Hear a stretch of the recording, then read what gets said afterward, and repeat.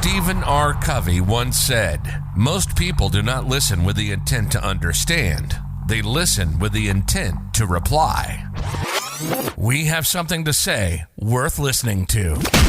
This is Real Talk. Real Talk. The podcast. Telling the story and lessons learned of industry leaders, entrepreneurs, professional athletes, and the movers and shakers of the business world. Have you been told no? Have you been told that you can't do it? Have you been told that you'll never get to the next level? That noise. Yeah, we said it. We're telling you you can do it, and you can get to the next level. If others have done it, so can you. Real Talk. This is Real Talk, the podcast. And this is your host, Mason. What is going on, world? It is Mason with another episode of Real Talk. Today, we are joined by a very, very interesting man. He owns over 4,500. That's 4,500 rental units. He is the leader of Hue Deal Pipeline Club, which has acquired over $600 million of real estate by syndicating over $70 million of private equity since 2016. Lane Kawaoka uses his engineering degree to reverse engineer the wealth building strategies that the rich use in his top 50 investing podcast called SimplePassiveCashflow.com. Joining us today is Lane. Lane, thank you so much for joining us. Hey, thanks for having me, Mason. Hello, everybody. Hey, first off, are you in Hawaii? Is that where you're broadcasting from? Yeah, Honolulu out here. That's awesome. How's the weather out there? It's probably similar to California, like 86, 87 degrees, getting a little warmer. It's about 1:15 here today in Las Vegas. So the reason I was watching some of your videos earlier and I was just like, oh my gosh, I would love to be there right now. So yeah, I'd like to be in Las Vegas right now myself. So hey, let's trade. No problem. We can definitely trade. You let me know and we'll make that happen. So tell us, Lane, a little bit about what you're doing right now. I think everyone knows this is primarily based around real estate, but tell us what you're doing right now, and kind of what your goals are at the moment. Yeah, so today I kind of run a private investing company where we bring in investors along with us. We buy larger apartment complexes that are cash flowing day one, and we do a little bit of value add or rehab the units a little bit to bump the rents up. And kind of do like really slow flips, right? And then it's all based off cash flow. But on my other side of my business, it's just about giving back and creating the SimplePassiveCashflow.com website and podcast and teaching people how to, get started, right? I've got a lot of units now. It's quite frankly just vanity metrics, but like it's the first one that's the hardest, right? How does the average Joe get started? Kind of what I've realized in the past decade of doing this is like there's so much bad financial advice out there, such as invest in your 401k, buy a house to live in. It's not things that the wealthy do, right? The wealthy don't do 401ks and stuff like that. Right. So you stacked all this knowledge together over the last 10 years. Tell us a little bit about, like how you even got into this. Like you were not traditionally educated in real estate, right? Right. Like, so my story started, I grew up in a pretty frugal family. We weren't affluent, that's for sure. But, we were kind of taught to go to school, study hard, get a good job, work at that job for 40, 50 years. I became an engineer, started working as an engineer construction supervisor, made a pretty good salary starting out. And paid off my student loans and then bought a house to live in, like how everybody says you're supposed to do, which I don't necessarily agree with. But because I was traveling on the road all the time, never home, I just decided to rent it out. And that was where this all started. I got that taste of cash flow.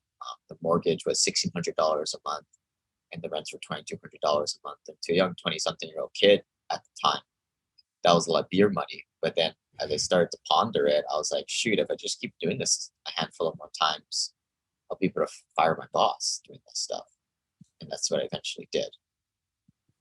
So you just kind of fell into it. It wasn't like you were exposed or anything. You were just kind of rented out your property and saw the fruits of that and were like, I could do this again and again. Yeah, I mean, I didn't have any people in my family that owned rental properties, right? When I was growing up, I kind of had that entrepreneur bug of like, hey, why don't we rent out our house, make some money? But quickly discouraged, right? Like, no, like, you don't want to have people rent your house, so screw it up. Right. It's dangerous, But um, I don't know, the way I do things is all by the numbers, right? The numbers, and, and like I think as I started to get more sophisticated investing wise, I started to realize, not more sophisticated investors best off cash flow as opposed to the buy low, sell high type of stuff. The stuff I do is very different from what you see in HGTV, house flipping, wholesaling houses. Like we are passive investors. We buy for cash flow. Um, we can do that because we make a pretty good salary at our day jobs. Or for those of you guys who are successful entrepreneurs and business owners, your highest and best use is going to put your time and energy into that, but then parlay the profits from there into passive real estate, which grows for you at a pretty good clip. And more importantly, it's the taxes too, which we can kind of get into also. Yeah. So I guess, so is that more so like the second side of your business? The one side is actually investing in these properties, and the second is showing people how to do what you're doing as well. Yeah, I mean, I think the second side is like, you get to a certain point and it's like, you get good at something. Everybody has some kind of innate skill. And that's just for me. Most people kind of come to full cycle when you want to kind of mentor others and get people going. Because this rental real estate stuff, it's not rocket science. It's simple passive cash flow for a reason. Um, it's just a matter of going into the right deals where the numbers make sense, and just kind of moving forward with the right people, and then slowly building your portfolio as you can save up more money for down payments. So what would you say, what was your biggest hurdle getting started? And like, do you see that same sort of barrier to entry for other people who are trying to get in?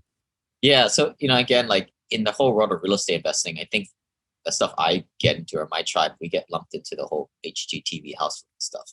We don't do any of that type of nonsense. That's, to me, that's a job, right? For folks who make professional salaries, successful entrepreneurs, your highest and best use is at your day job or your business. But if you can bring over $20,000-$30,000 as a down payment for $100,000 house, now you're cooking. So the idea is you go into properties that cash flow on a monthly basis. So you ensure that by going into properties that hit this 1% rent to value ratio metric. So the rent to value ratio is you take the monthly rents divided by the purchase price. So for example, $100,000 house that rents for $1,000 is 1%. 1,000 divided by 100 grand. So partially it's buying in the right places. So we don't buy properties in Seattle, California, Portland, Hawaii, New York, right? Because you're not going to find the rent to value ratios necessary to be able to cash flow. Uh, Las Vegas, where you're at, you're just up below water there. You're not going to quite find cash flow there. Although I do have an apartment complex out there in Las Vegas, but for me, it's part of my speculative part of my portfolio. Where most of my properties are in the South, the Sun Belt, Phoenix, Texas, Alabama, Georgia, those types of secondary and tertiary markets where you find, solid 1% rent to value ratio properties. So I guess, like, how would someone even like get into this? Like, how would they, if they said like, Lane, I hear you talking about this, I make some decent money at my job. I got a little bit of dough saved on the side. And I don't want another job. I don't want to be flipping houses and dealing with contractors on the daily. Like, how do I do what you're doing?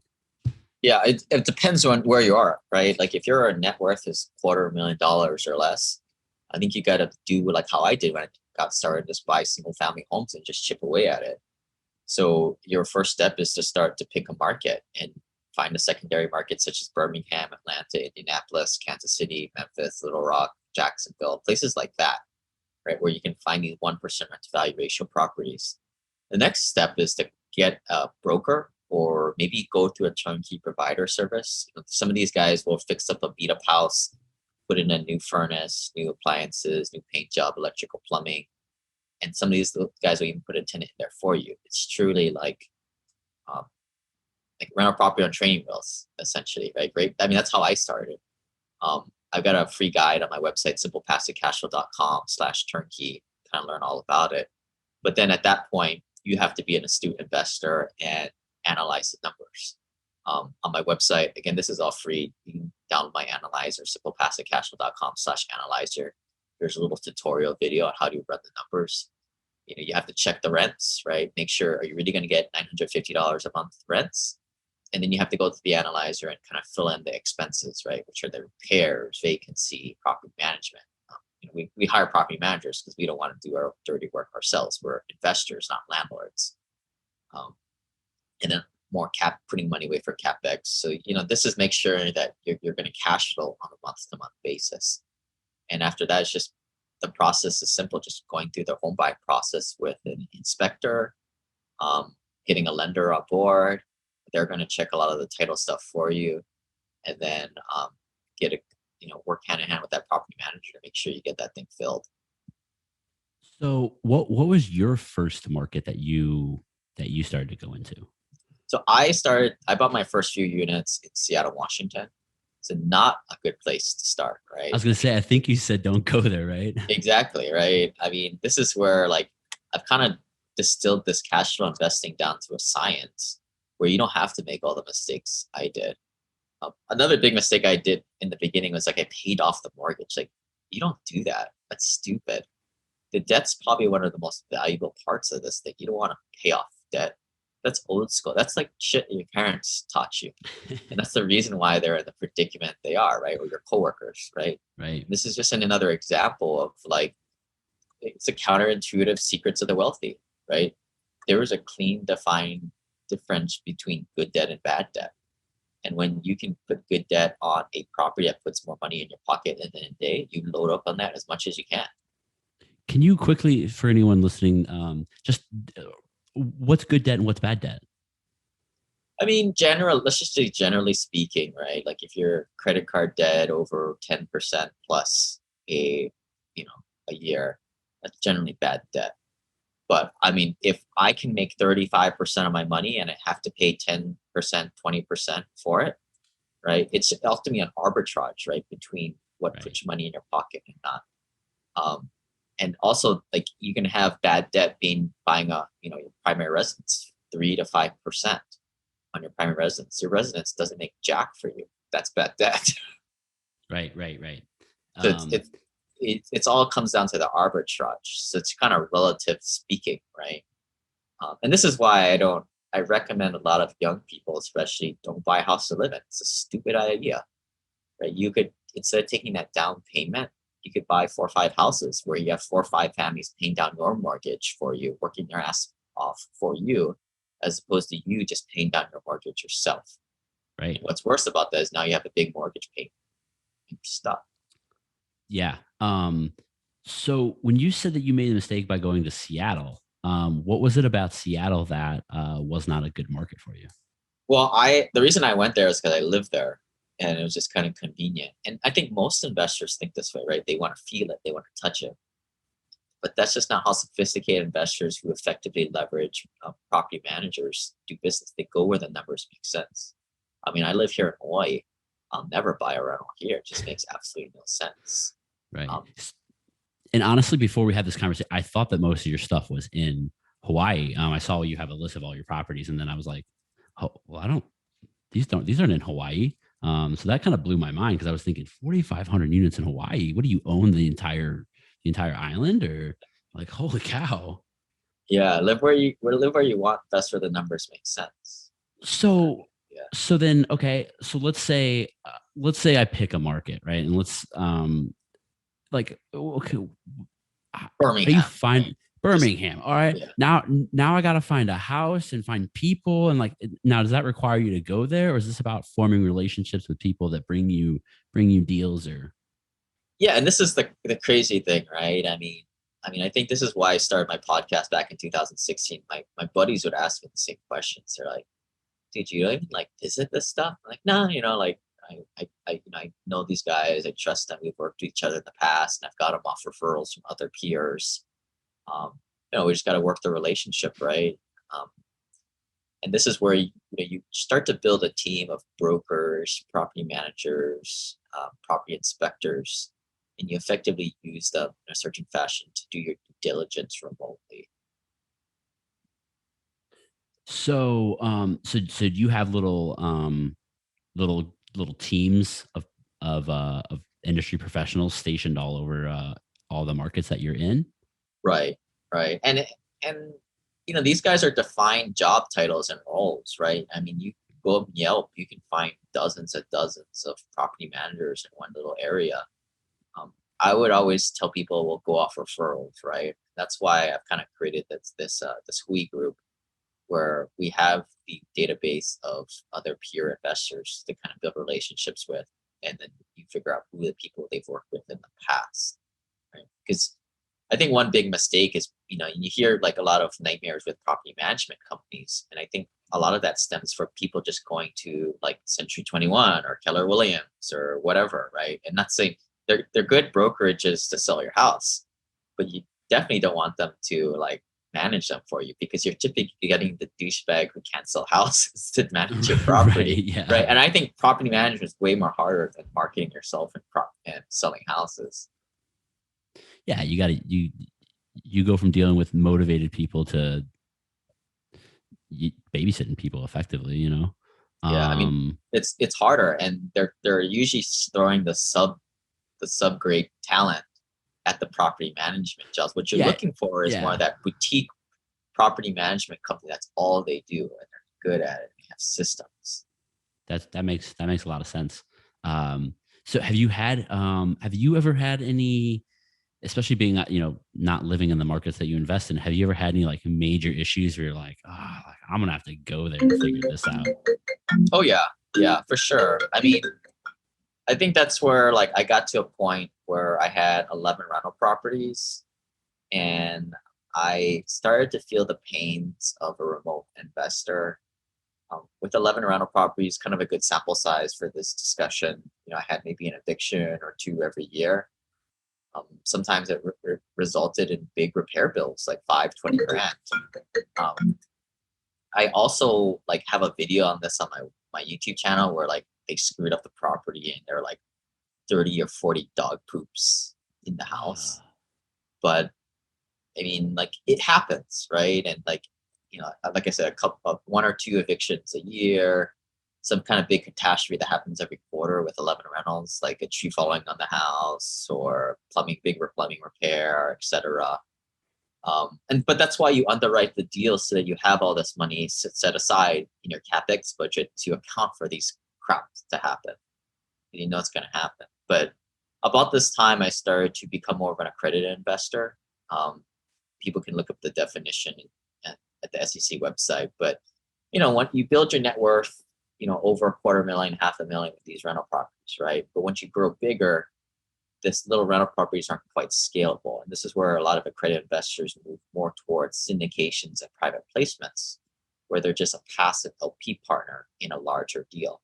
So the benefits of that is they don't have to do anything. There's a managing team, there's an asset manager that kind of takes care of everything, that oversees the property management company. For the passive investors, little to no liability, right? Somebody trips or falls at the property, they're not a managing member. They're not on the chopping block for any lawsuits or anything like that. And as an LP, you don't get any debt in your name. The general partners and key principals of the deal do that for you. So this is where I kind of discovered this is how the wealthy do things, right? These are the country club deals that you all hear about, that unless you've kind of networked yourself into the right areas and graces with the right people, you don't get access to. I mean, you're not going to get access to it unless you're at least $500,000 net worth and a sophisticated investor. So what was your first pivot then after you had 11 properties and you're like, okay, time to scale this. I can't, I need to take a more investing approach to this. Like, what was your first deal after that? Yeah, so I just went into a deal as a passive investor for 50 grand, and it just worked, right? Cash flow, and I didn't have to do anything. And then then I started to get more involved as a general partner operating properties. And this is kind of where we started to build the group that we have today to go out and acquire properties within our group. Um, and as we call it, the Deal Pipeline Club today. So are you a part of a country club? How did you find this deal? Well, I mean, I'm the leader, right? So I got lucky because I started my podcast back in 2016, teaching people how to buy these little rental properties, which I still kind of do today in more of a passive sense. We have a lot of e-courses and free content on the website. But I discovered that a lot of people, they wanted these other bigger deals, right? So I started to put these things together. It kind of just fulfilled the demand that people wanted. Um, because it's something that not a lot of people talk about, right? I mean, you think somebody has 11 rental properties and you're like, wow, that's cool. I mean, it is cool, right? 11 properties at a few $100s each, $3,000 passive cash flow a month. I mean, no one's going to complain about that. But I don't know what American family can survive off $3,000 a month, right? Most people talk about getting past that 10 grand a month level to sustain life in America. And to do that, you're going to need to scale.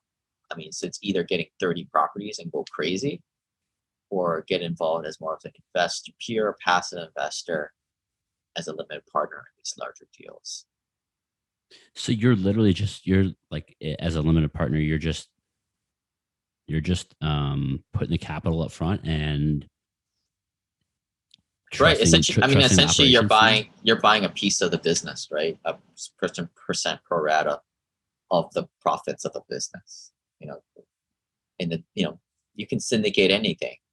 You can syndicate a brewery. You can syndicate a real estate deal. You can syndicate a SaaS business, Amazon e-commerce business, right? It's nothing new, right? Where you pull passive investors together, and there's a lead sponsor kind of running the deal. So what kind of turnaround typically do you guys see on your return on something like that? I mean, every deal is different, right? I mean, you can go after all kinds of deals, like very yield deals where the game plan is just to hold the thing legacy. On those deals where there's not really any value add, you might expect maybe like a single digit return every year. It could be on the other end of the spectrum, ground up development, right? Where there's nothing there. You're going to have to wait for a couple, 2-3 years for cash flow to start. But on those, you might be able to expect doubling your money in 3 years or tripling your money in 5. Those are kind of the bookends. The type of deals that I like are ones that give me both cash flow and that forced appreciation. So forced appreciation is rehabbing units. So we'll usually put like $4,000 to $6,000 into every unit, which isn't very much money, but it goes a long way when you do it 100, 200 times, right? You get definitely economies of scale. So you change out the flooring, the new appliances, resurface countertops, new playground equipment, and to bump the rents up 10 to 15% across the board. And when you increase the net operating income, that's how you increase the building, right? But it takes time. So something like that may take several years to reposition an asset to sell.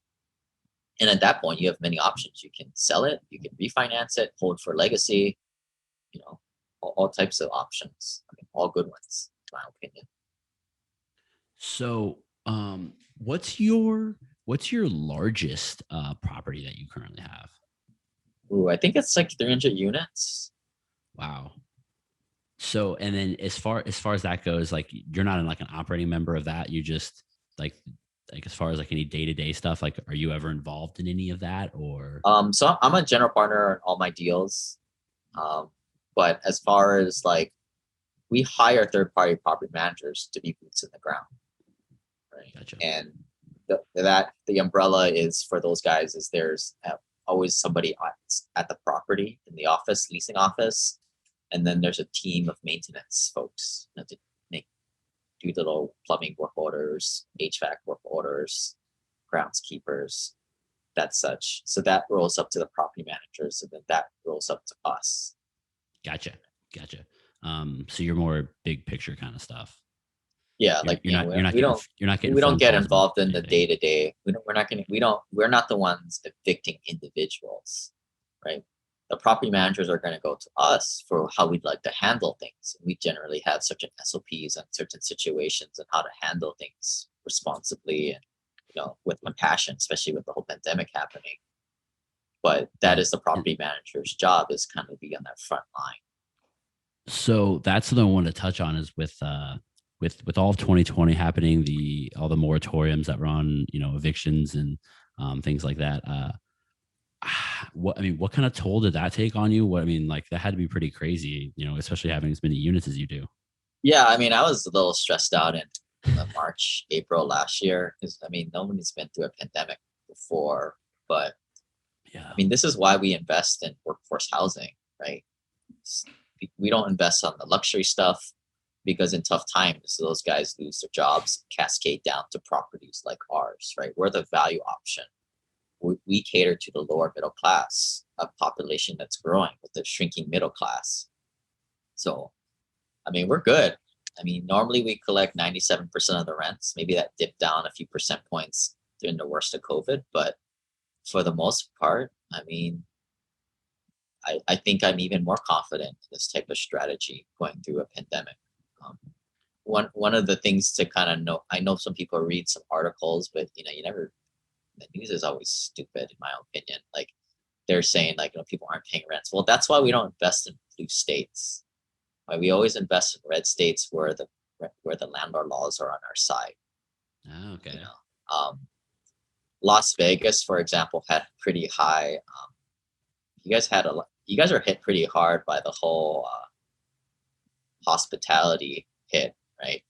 All the casinos being closed. But this is why we kind of focus on areas that have pretty robust economic sectors. Like it's not just one industry. Like Michigan was like all auto.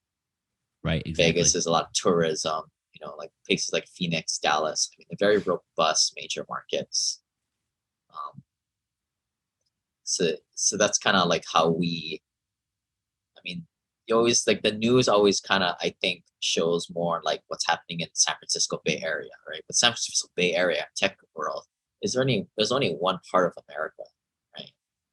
You try and invest in places where what we call emerging markets, where population growth is happening because of some economic growth, or people are just generally migrating out of these high price areas where it just makes no sense to live anymore to these more value based areas, such as the states of Arizona, Texas, Alabama, the Carolinas, Florida, for example, Atlanta. So what do you think about and I know especially in Las Vegas, we have one of the hottest housing markets right now. At what do you think that these prices need to come down in the housing markets, that it's going to slow down, that it's a part of a cycle? I mean, because I personally just think especially here in Vegas, my home's appreciated almost 40%, 30% in the last 3 or 4 years. I mean, I don't know, man. Easy come, easy go is what I say, right? The way we do our business, we force appreciate our assets, we value added, so we can bump the rents up because our customers, we give them a better product, so they pay us a higher price. And that's in the commercial real estate world, right? In commercial real estate, the price of the property is based on how much money the damn thing makes. But in residential property, it's based on emotion, right? Comparable sales. What did the other two houses next to it sell for? Sure, which right. to me is stupid. And that's why I'm out of residential real estate. So my commentary here is just take it for what it's worth. I don't care. And it doesn't really impact me too much. And this is just my opinion. But to me, residential properties is based on comparable sales and emotion. And it's also based on supply and demand, just like anything else. So right now you were in an environment where there's not too much supply. There's not too many houses on the market. I don't know if demand is higher or lower than what it is, what it usually is, what baseline is. But because the sheer fact that supply is so damn low is the reason why prices are so high right now. Right? Do you guys see a high demand for your occupancy? Because Heck the yeah. house housing is so high? Yeah, I mean, on some of our higher end property, we saw some tenants move out. We had a couple months there where we had people who, these are pretty financially responsible tenants that saw the lower interest rates and made a dash to buy homes, and then of course we just backfilled them with more tenants again. But normally we were in the low 90s, the mid 90s occupancy range. That's where we want to be. If we're in high 90s, our rents are too low. We don't want that. Okay. So that's kind of our optimal run point in the low 90% occupancy on our other buildings. All right. So with 4,600 units, like, and doing your podcast and everything else on the side, like, what's a typical day look like for you? Or a typical kind of week? I know it might be too much to cram into one single day, but Well, I mean, a lot of like the operation is outsourced to property managers, right? So a lot of that noise kind of gets taken away. Um, I have partners that I work with, and we kind of team up together to interact with the property managers on what are the big management decisions that we need to make. But for the most part, like we run off of KPIs, right? And this is what's nice about the commercial real estate world. When residential properties, like your property manager is not quite aligned with what you want. When your property goes vacant, that's when they make more money, which is stupid. But for us, like we hold them accountable to income, expenses, and it impacts their bottom line. So we're aligned. They want with what we want. So it makes life a little bit easier. And they're a little bit more project managers based, right? Because we're holding them accountable to the KPIs. They're usually pretty quick on getting things fixed, getting people in and out, leasing units up, right? They're proactive. They have accountability over it. So, and this is the nice thing about real estate. It's not rocket science. It's kind of easy. If you buy the right properties, the properties run themselves. So most of our asset management focus is mostly focused on some of the problem properties. And you're always going to have them. It's just like the 80-20 rule. But that's kind of the, I talk a lot to investors all day long. Do a podcast here or there. That's kind of the day in the life. I saw your media appearances. I don't think you do like a podcast here or there. Like that's like 3 pages long. You talk to a lot of people. You're a busy man. Yeah, I mean, just it's all about filling up the calendar, right? But oftentimes, what the hardest thing that takes up a lot of time is filling up the calendar with the right people. That's all outsourced. I just show up. Oh yeah. So do you have someone that helps book all your things for you, or is that something that you manage personally? I used to hire people out, contractors, to do that for me, but now I'm a systems guy. I create SOPs and then hire people to follow them out. And I'd like to do everything in house. So for the entrepreneurs out there, this is just my opinion, but I think in the beginning you got to do it yourself. I mean, I did this all by myself initially, right? I was the person jamming all these emails, the code pitches, right? Just for this one task, a part of my business. Why do you do that? Well, you don't make money, so you got to do the damn thing yourself, and then you got to learn the process, right? I think that's one thing, especially when I'm trying to people have kids, right? Well, what do you want for your kids? Well, you don't know what they're good at. I think what you want is broad exposure. So if you're thinking of that for yourself, you want to learn the whole business. You don't need to be doing it for like several months, but if you're the entrepreneur person in the operations seat, you should be able to learn it pretty damn quickly and build an SOP to hand off to somebody else. So step one is doing it yourself. Step two is maybe hiring a contractor to do it. It's expensive for sure, but you don't just close your eyes and let them do it. You watch and you learn how they do the damn thing. I mean, when I was working as a construction engineer, we'd bring in contractors, consultants all the time, but I was always told to learn what they're doing so you can replace them. And that's what I do in my business today. So I've hired contractors to do a lot of different things, and I quickly try and learn how they do it, fine tune the SOP, and then bring on staff that are capable of doing it and bring it in house. That's awesome. I'm a systems guy too. So like I'm all about that. And I preach it all the time. Like you can't teach someone or give instructions to someone or lead someone to do something that you don't know how to do. Like that very logic is just crazy. Yeah. I don't know how some people operate with that mentality. Yeah. I mean, I've made the mistake of going from like doing it myself, creating SOP, going to straight to in-house. And I've kind of like, for most things, I'll just hire a consultant and kind of learn how they do it too. Because if they've created a legitimate business around it, there's probably things they've kind of, trumped me on in terms of like best practices. But if you don't do it, you don't even see the nuances within their best practices, their procedures, right? So you have to get yourself up to a certain baseline so you're actually conscious and aware of what the heck they're doing. Then you sit back and you watch and you learn, take notes. And then I think you pass it off to your own team. If that's the type of business you want to run, right? Some people, they want to run this big org structure with in-house teams to do a lot of this. Some people are very lean. They'd rather just pay to contract it out. To me, certain things are you skew more toward contracting it out. Like if it's technology, things that are going to be changing in and out. But if it's not, if it's something as simple as a procedure of, hey, this is how we're going to have Lane talk to a whole bunch of people, get in front of different audiences to kind of spread the word on how to get financially free without listening to all the nonsense out there. It's old technology. It's not going to change, right? It's just a bunch of grunt work. And that, I think, skews more to, hey, bringing that in-house. Yeah, no, it sounds like you have a very good system set up. Like you almost have a system for your systems, which is pretty cool. Kind of meta there, right? Yeah. So what would you say? So let's say two types of people: that person who's not quite ready to be at the accredited investor stage, and that person that is there. What would you kind of tell each person? If they're like, hey, like, I want to get involved with real estate, I want to get involved in some passive income stuff. What are the steps that I should take to get the ball rolling for each? Yeah, I mean, I would say check out my podcast, simplepassivecashflow.com.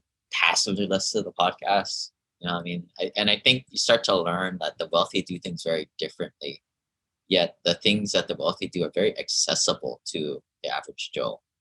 But it clashes with everything you've been taught from your parents and coworkers. One rule I have is you never take financial advice from people who are not financially free themselves. Makes sense, right? But very little people follow that. It's to all the wrong people.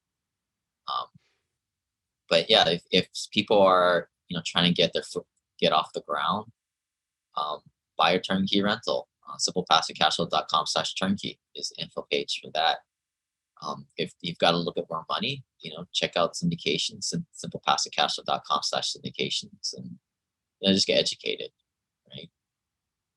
If you don't got money, you can't even put together 20, 30 grand to buy a rental property. You got to make money, bro. I can't help you with that. Yeah. So, and do you think that, do you think that's someone who doesn't have that money right now is, should they wait till they're in a position to where they're making more money at their day job? Or is it more of like hey, start a side hustle and save up that money? Because once you put that money in, you're not going to need to continuously replenish it.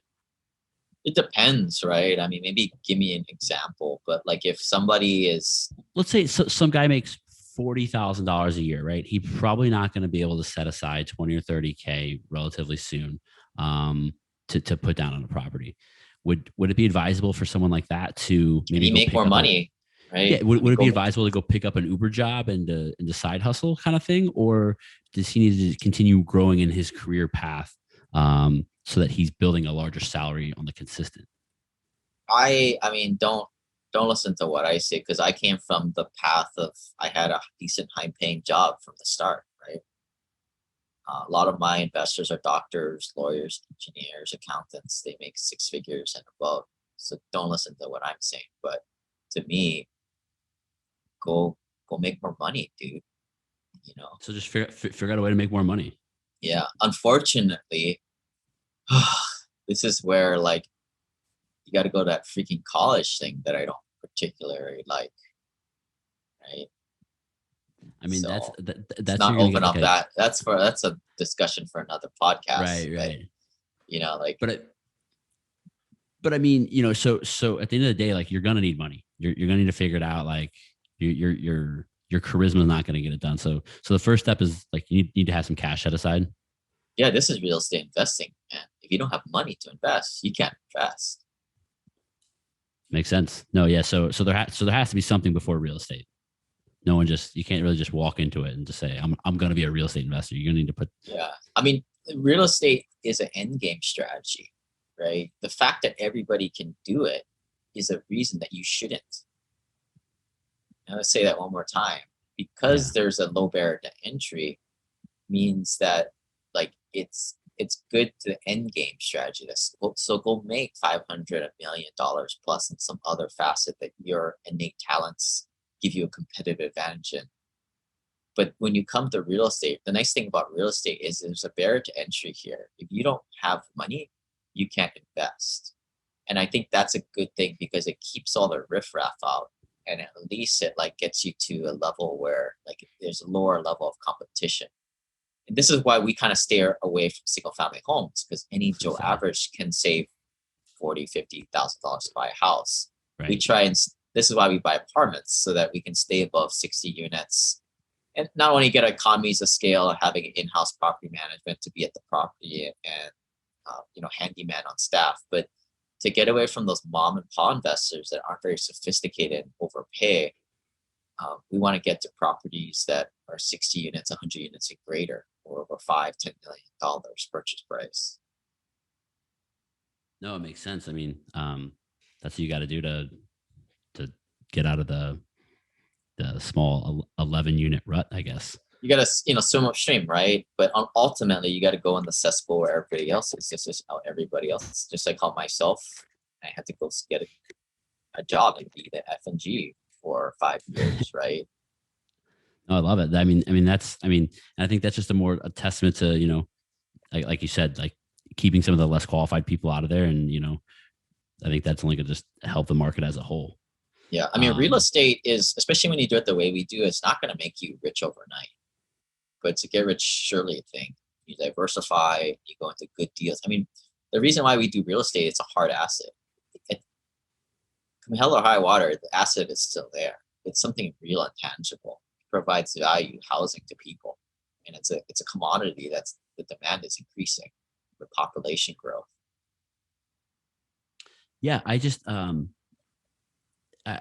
always blown away by how like we keep building homes and building homes and building homes, and they keep getting filled up and filled up and filled up, and it's just I mean, it's not going to go anywhere anytime soon. So, I mean, people are always going to need a place to live. And yeah, I mean, the population. Look at the population growth. I mean, it's simple as that, and especially in the lower middle class, right?